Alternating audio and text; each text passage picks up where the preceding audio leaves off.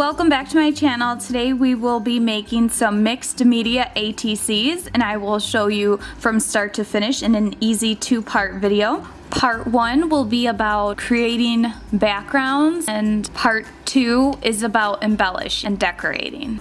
Here's a sneak peek of the finished cards, so let's get started with supplies. To start off, you'll need some heavyweight paper, watercolor, mixed media, or bristle board. You want to have at least 1 or 2 stencils, then some texture paste. This is some homemade texture paste, and here's the recipe. It's a 1/4 cup baking soda, 1 tablespoon of white glue, 1 tablespoon of white acrylic paint, and water as needed. You will need something to scrape the paste. I use a junk mail credit card. I also use a stapler and some masking tape. You'll need some type of glue to glue things down. I use Dylusion Ink sprays for my color and a mister. Then I have Distress Ink and then Staz On ink for my stamps. You want at least 1 stamp for an image. And here I have some die cuts as embellishments, but you can use anything that will match. I also have some old book pages, a scrapbook piece of paper, scissors, ruler, and an old paintbrush. To start off, you want to draw each card, which is 2.5 inches wide by 3.5 inches tall, and there will be some scrap area. It'll give you 9 cards total. To start off, you want to flip over your paper so your pencil drawing is on the bottom, and it will be your guide as you go to help you cut each card when you are finished. Here I am starting with old book pages and some glue. I tear each page at different sizes and place them randomly on the surface.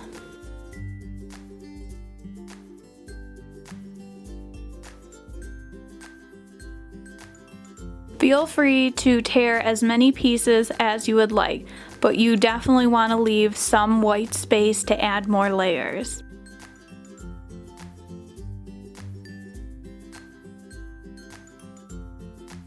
So next I take the scrapbook paper, which is just 1 sheet of paper from a 12 by 12 scrapbook paper pad.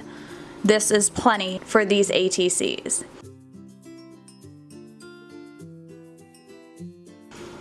Then I just start ripping the paper randomly to fit the white areas between the book pages.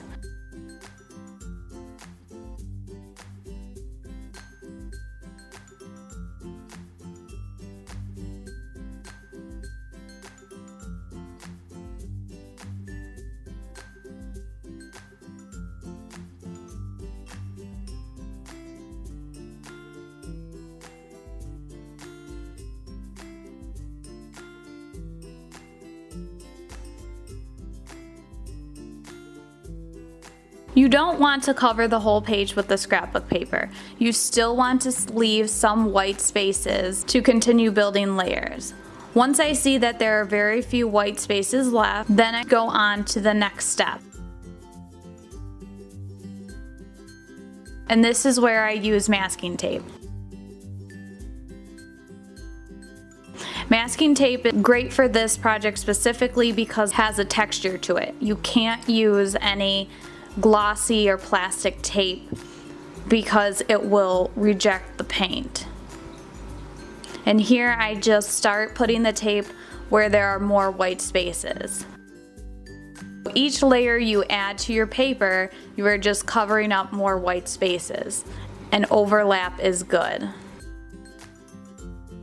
Here I go back in with some pieces of the scrapbook paper and the book paper if I see that there's an unbalance and I want to cover up some more spots.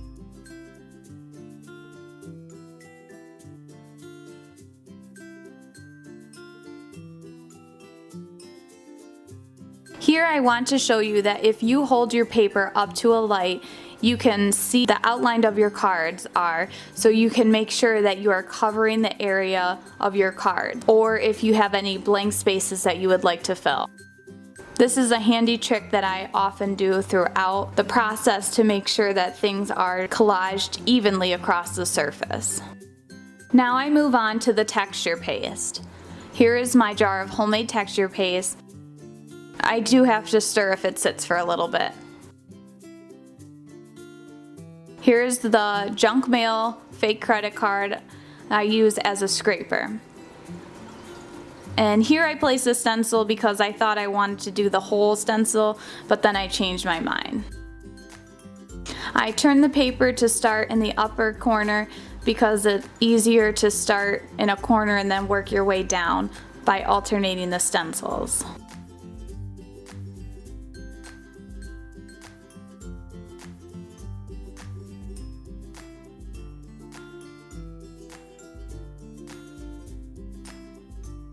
And you don't want to do the whole stencil, you just want to do different parts here and there.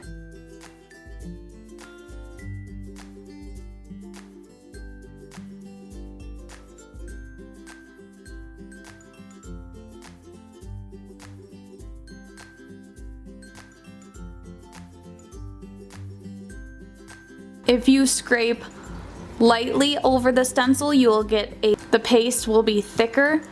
If you scrape hard, it'll be thinner, which makes it dry quickly.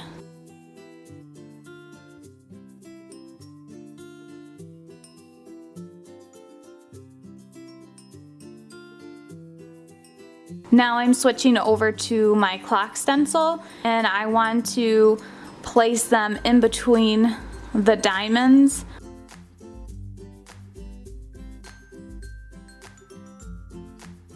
And spread them evenly across the surface.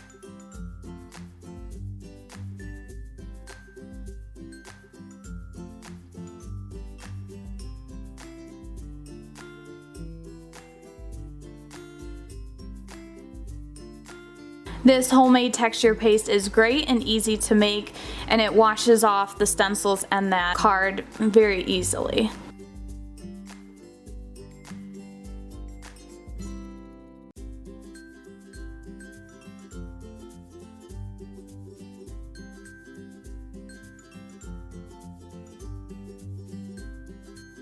So here is a close-up so you can see the texture and the layers, and it's okay if you still have white spots at this stage because they will get covered. When you are finished using your texture paste with your stencils, you want to make sure everything is completely dry before moving on. Now onto my ink sprays.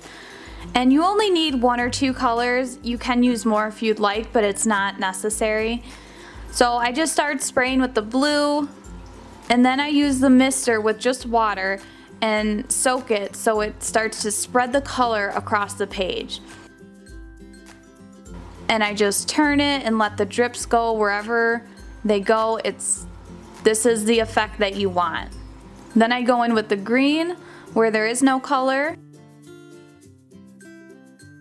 And then I use the mister again to blend the colors and let them drip.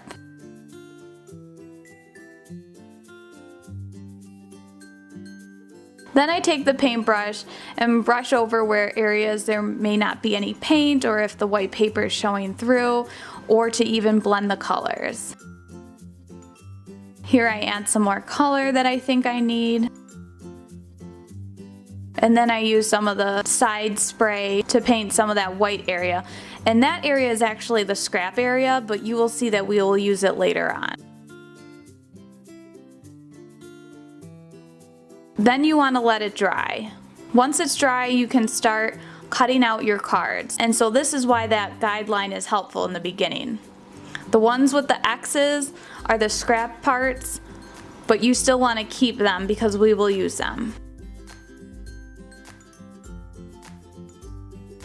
And to me, this is the most exciting part because you take that one piece of paper that's collaged and layered, and then you get to see, once you cut each card, each individual piece of artwork.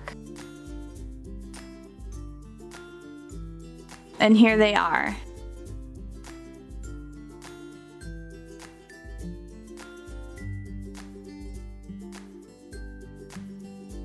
I think they're so pretty.